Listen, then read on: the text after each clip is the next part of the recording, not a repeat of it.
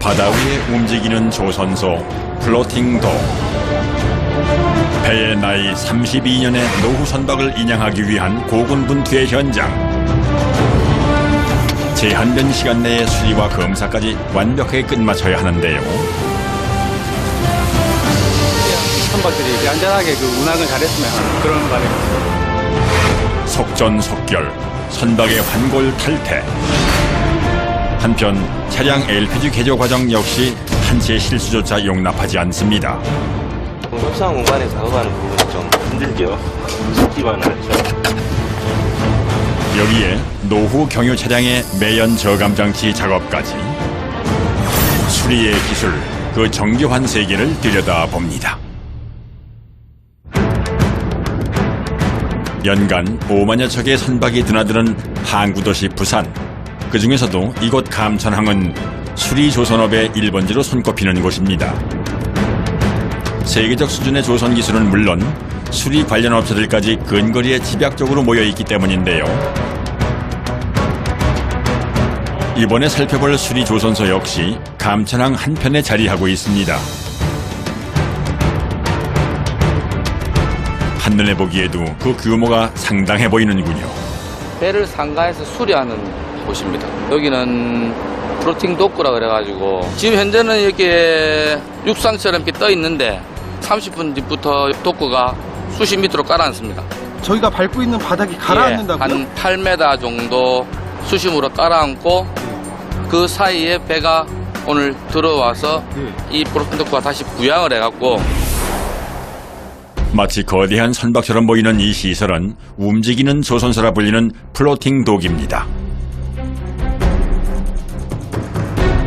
바다 위에 띄워둔 이 구조물 안에 선박을 들여놓고 수리를 할 수 있게 만들어 놓은 시설인데요.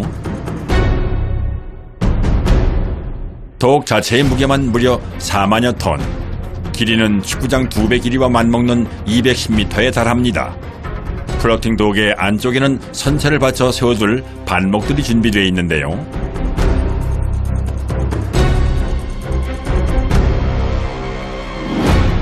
사전 준비가 모두 완료되면 플로팅 독 하부에 있는 물탱크에 물이 차오르면서 수면 아래로 독이 가라앉게 된답니다. 독으로 옮겨질 선박은 안전을 위해 모든 동력을 차단한 상태로 예인선에 이끌려 이동하게 됩니다. 선박이 독에 다다르면 좌우에 각각 2개씩 총 8개의 밧줄로 단단히 묶어 고정을 시킵니다. 선박이 제 위치에 정확히 자리하게 되면 하부를 받치는 반목과도 완벽히 밀착하게 되는 것인데요. 복구가 길이는 210m, 폭은 40m. 한 5만 톤급까지 받을 수가 있는데 더 큰 것도 있고 더 작은 것도 있고 그렇습니다. 아직은 비어있는 플로팅 독의 한가운데 열맞춰 늘어선 블록들이 눈에 띕니다. 배 이제 밑에 바텀 하부를 지탱해 주는 거죠. 요 독구 바닥에다 그냥 앉힐 수는 없는 거니까 배가 하부가 좁아요. 좁고 날카롭기 때문에 반목을 최대한 밑으로 베이스를 낮추고 가운데가 뾰족한 배니까 가운데 반목은 조금 좀 낮게 낮게. 하고 예. 그 옆에 받쳐주는 반목은 좀 높게 하고 예, 도면에 맞춰서 그 도면에 맞춰서 사전에 선주가 제출한 도면에 따라 배 모양에 맞춰 준비된 반목들은 선체 하부에 손상을 주지 않으면서 무게는 잘 지탱할 수 있도록 목재와 강철을 함께 사용한답니다. 자, 컨트롤러, 자, 독구 내리기 시작합시다. 잠시 후 수리선이 들어설 수 있도록 물속으로 가라앉기 시작하는 플로팅 독. 약 8m 수심까지 하강하는데 1시간 정도밖에는 걸리질 않는다는군요.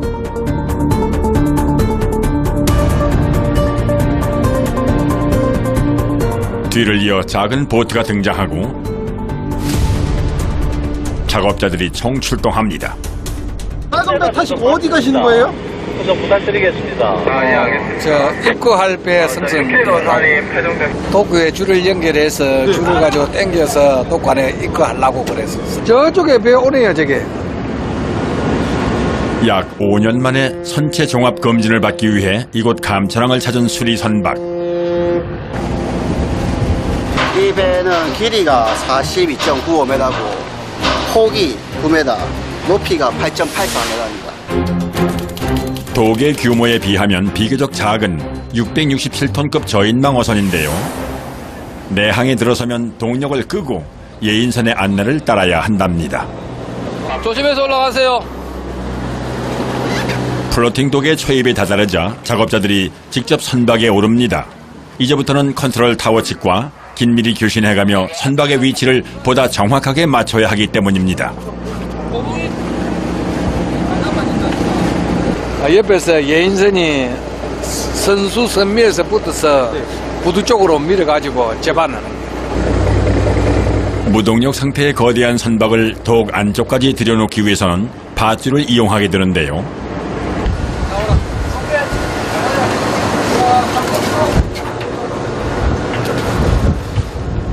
줄이 던져지고 나면 작업자들의 손길은 더욱 바빠지기 시작합니다.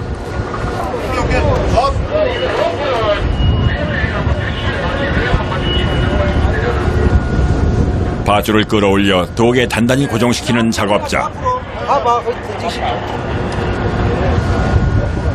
이렇게 연결된 밧줄로 선박을 안쪽까지 옮기는 것인데요. 넣고 천천히 당기세요. 이때 단순히 밧줄을 끌기만 하는 게 아니라 선박이 정중앙에 위치할 수 있도록 미세하게 중심을 잡아줘야만 합니다. 무동력의 선박은 작은 너울에도 크게 영향을 받을 수 있어서 잘못하면 독에 부딪힐 수도 있기 때문이랍니다. 따라서 기준점으로부터 오차 범위 10cm 이내로 맞춰야 한다는군요. 근데 왜 줄이 8개예요? 파란 줄은 뭐고? 전진과 후진을 시킬 수 있는 라인이고 노란 줄은 좌우를 맞출 수 있는 줄이에요. 그렇게 선수와 선미의 전후 좌우를 잡아줄 밧줄 총 8개를 설치해 선박과 단단히 고정시킵니다. 정위치 다 도착했으니까 라인들 전부 텐션 주고 한번 각자 위도시 한번 확인해 주세요. 다이브 어디 있는데? 그 시각 작업 준비가 한창인 잠수팀.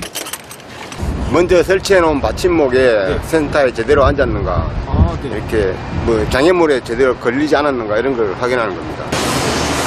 선상에서 1차로 중심을 잡고 나면 뒤를 이어 잠수팀이 수중에 들어가 다시 한번 위치를 확인하게 된다는군요. 어느 정도 걸려요? 이건 오늘은 좀 빨리 끝날 거예요. 1시간 안에 끝날 것 같습니다.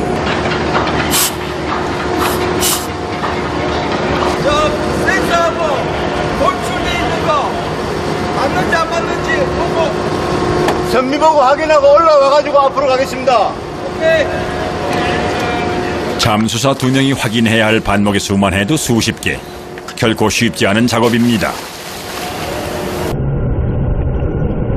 먼저 선체의 중심축인 용골부터 확인하는 잠수사. 다행히 선미 부분은 잘 올려져 있는데요. 곧장 앞쪽으로 이동해 선수 중심축도 확인해 나섭니다. 흐린 시야를 뚫고 도착한 선수 중심축 역시 반목 한가운데 정확히 잘 올라앉은 모습이군요. 이번엔 양쪽 옆부분을 확인할 차례. 그런데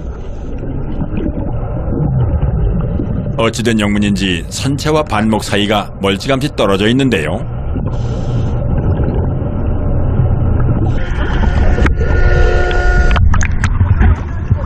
딱 300, 안쪽 제일 안쪽.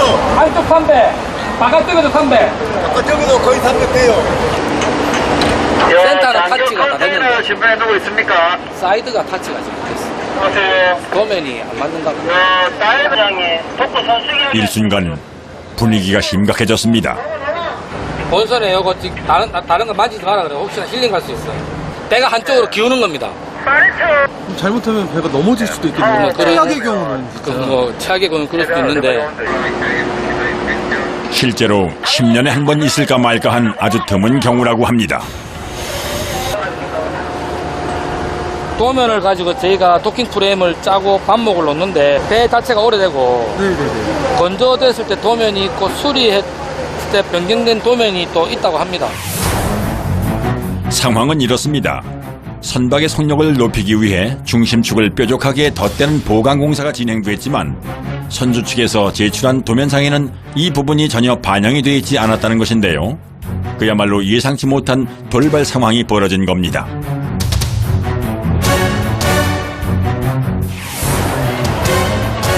조속한 사태 해결을 위해 서둘러 추가 반목을 준비하는 작업자들. 도킹 중에 수중에서 벌어진 상황인지라 반목을 전달하는 것도 쉽지가 않습니다. 다이버가 저 반목들을 들고 수중에 들어갑니다. 들어가서 네. 그 반목과 본선에 떨어진 그 부분에 저쪽부터 한다는 말 쪽부터. 그 반목들을 다 밀어 넣을 겁니다. 육상이었다면 쉽게 해결할 수 있는 문제지만 수중에서 진행해야 하기 때문에 어쩔 수 없이 잠수사의 손으로 일일이 하나씩 옮겨서 괴는 수밖에 없는 상황인데요.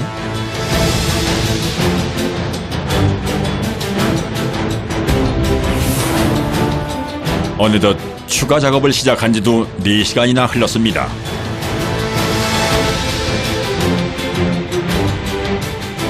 타치됐어요. 이쪽에 타치됐고 저쪽에 타치됐습니까? 수고하셨습니다. 예상보다 길어진 작업 시간에 온몸이 천근만근 녹초가 된 잠수사들. 오늘따라 유난히 발걸음이 무거운데요.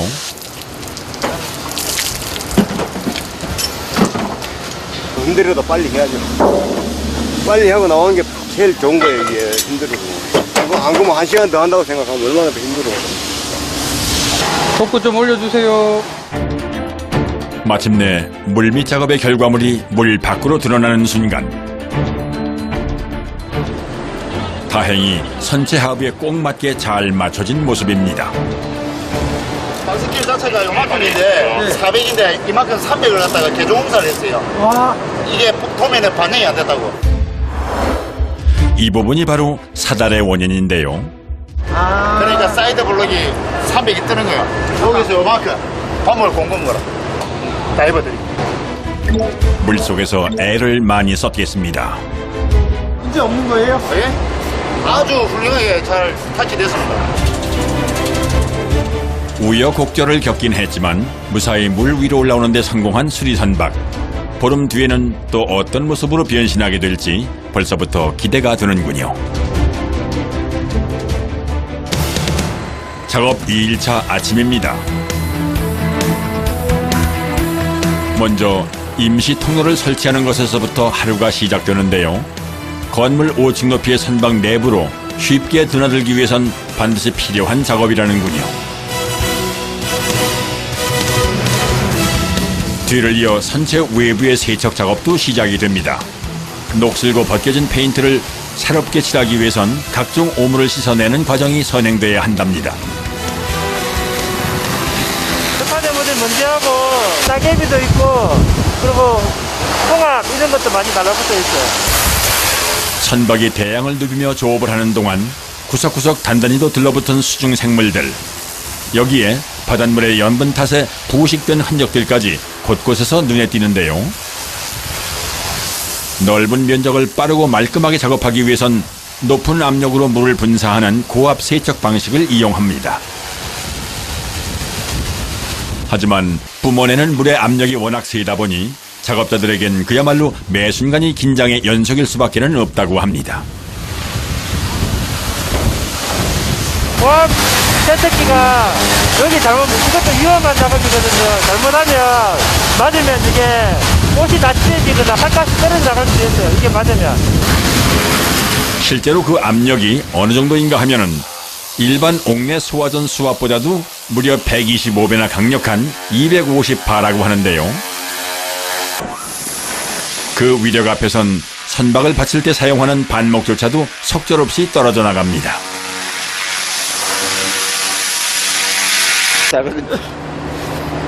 자, 이 나무는 나무 중에서 가장 단단한 아비동이라는 나무예요. 그러니까 저런 무거운 배들을 지탱하는 나무 중에서 강도가 가장 나무입니다. 네네네. 이 나무마저도 종이짝처럼 나가버려요.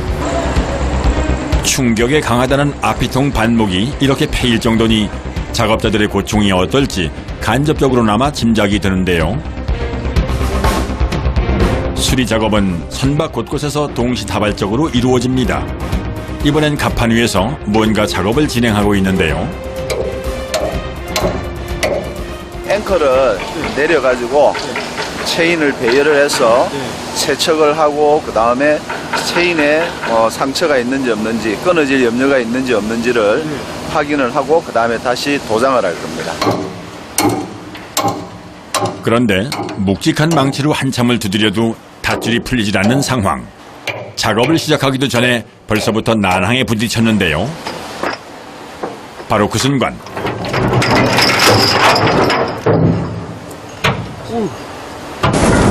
갑자기 풀려버린 닷줄에 하마터면 큰일 날 뻔했습니다. 보통 이게 자동으로 되잖아요. 근데 이게 위치가 고장나갖고 브레이크도 안 되고 위치도 다 고장나서 일일이 수작업하고 있어요. 아, 수작업이요? 네. 근데 방금 전에 갑자기 꽉 빠지셨어요. 네. 체인이 왜 그래요? 아 이게 걸려가지고 브레이크도 고장나고 해가지고. 그 순간에도 무섭게 풀려나가는 닷줄. 거대한 선박을 다루는 작업자들에게는 이렇듯 날마다 위기의 상황들이 펼쳐지는데요. 그렇기에 팀원들 간의 협동 작업이 무엇보다도 중요할 수밖에 없습니다. 이번엔 반대편의 닷과 닷줄을 내리기 시작하는데요. 닷 하나의 무게만 무려 1.5톤. 여기에 닷줄까지 더하면 5톤을 가볍게 뛰어넘습니다. 상황이 이렇다 보니 닷줄을 끌어당겨 바닥에 펼치는 건 지게차의 몫인데요.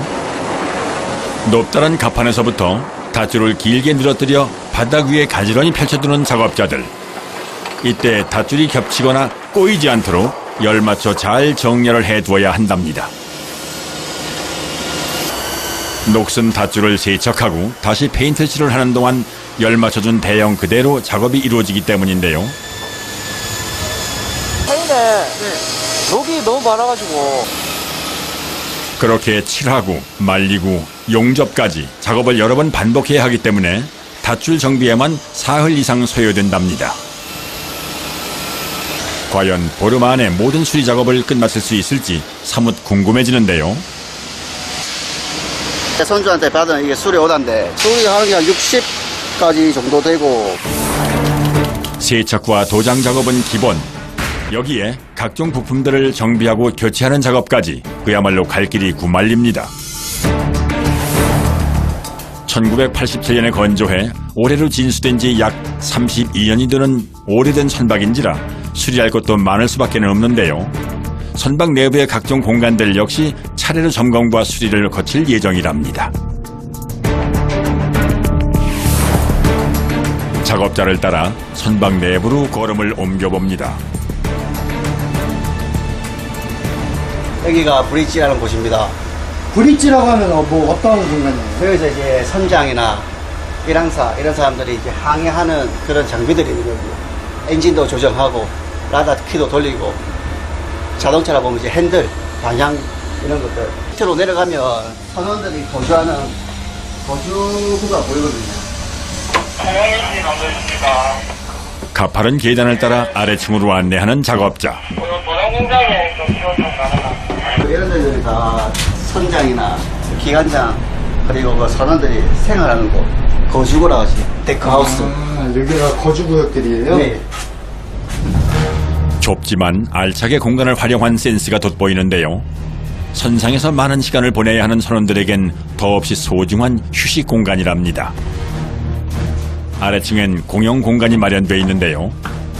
여기가 이제 갤리, 식당. 네, 갤리, 식당. 선원들 밥 요리하는 선원들. 이번엔 선원들의 작업 공간이랍니다. 처리실이라는 거죠, 처리실. 처리실이요? 요 안에서도 이제 물고기 공장, 뭐 이런 역할을 하는 거. 원양어선인 만큼 조업 후 해상에서 곧바로 가공 작업까지 이루어진다고 합니다. 마치 미로처럼 이어지는 좁은 공간들을 지나 맨 아래층으로 향하는 작업자.